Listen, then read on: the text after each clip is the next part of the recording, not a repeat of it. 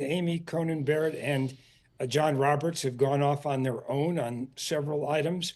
I would have thought that Kavanaugh would have gone along with this too. I mean, he does have an opinion from the days he was on the DC circuit, making it pretty clear that when you get down to Article 1 powers, that is the power of the purse that Congress has to disperse money, separate from the executive branch, which is Section 2 of the Constitution, who has to carry out those orders from the Congress. And this was a pretty significant decision because there are a lot of decisions, court cases out there now contesting the idea that the Trump administration can simply not pay certain monies, doesn't have to disperse the funds. Right. But keep in mind that this one really related to monies that were already owed on certain contracts that have already been performed. So the question is, how does this going to relate to other situations where the contracts have not yet been performed and they're holding back money? I kind of think the principle is the same, but we'll have to see. Greg Storr at Bloomberg, expert on this, would go into the complexities with you. I'll keep it simple. There seems to be, whatever anybody's politics, a statement that the legislative branch of the United States of America is missing in action. Is this the kind of court case that could be a clarion call to Capitol Hill to get their act together? Absolutely. I mean, this ought to make them realize that they are just giving up their powers. They're ceding their powers to Donald Trump.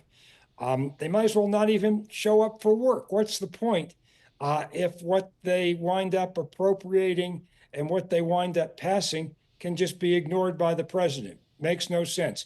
Yeah, I think this ought to get some people off their duffs. Does this essentially clear the way for lower courts to continue proceedings in the dispute? Sure. I mean, this is the lower court will continue. They'll be looking at other situations like this. I think the litigants there will be bringing up other situations where money is being withheld. But I think this kind of gives the green light to the district courts all across the country that are considering other aspects of this same issue, how to come out on this. So what do you think next is in the timeline as all of this unfolds? Well, I got to tell you, it's very hard to be able to predict that. There are now over 95 cases, lawsuits that have been filed across the United States that relate to the firings of government employees, that relate to monies being withheld. It is very hard without a giant scorecard and to know exactly where every case is at any particular time to know what's going to be next. All I can say is buckle your seatbelts. Things are going to be happening, and they're going to be happening more quickly over the next couple of weeks. I brought Whizzer White up the other day, the wonderful gentleman from Colorado, acclaimed athlete, and he was supposed to be this kind of judge, and he wasn't. And then there's Thurgood Marshall, who I think we could all say was predicted to be a certain kind of judge, and he was. And then Nick Ackerman, it gets a little confusing. John Paul Stevens, maybe there's a mystery there as well. Certainly the great moderate Anthony Kennedy. Can you identify the complexities of this 9-seat Supreme Court? Can you do that, or is it as stark as the media makes it? I don't think it's as stark as the media makes it. First of all, you've got John Roberts, who is a traditionalist. And I think if there's anybody who's going to stand up for the difference between Article 1 and Article 2 in the U.S. Constitution, he's the guy to do it. Amy Coney Barrett, turns out she is a very thoughtful, independent justice. She is not going the way of the others on many issues. I thought on some things, for example, that issue that came up during the summer, well, there's a couple of issues.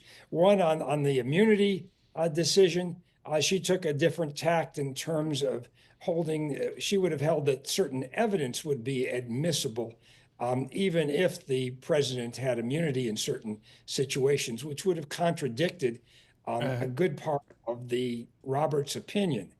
She also came out on that obstruction charge that was used with the January 6th defendants, and was one of the few people on that court, including even the liberals, that recognize that obstruction has been around for a long time. It started out with the courts, but this was something long in Right. the coming, to be able to, actually broaden it to include Congress. So she's an independent thinker. I think Right. she's one of those people that will stand up for the Constitution.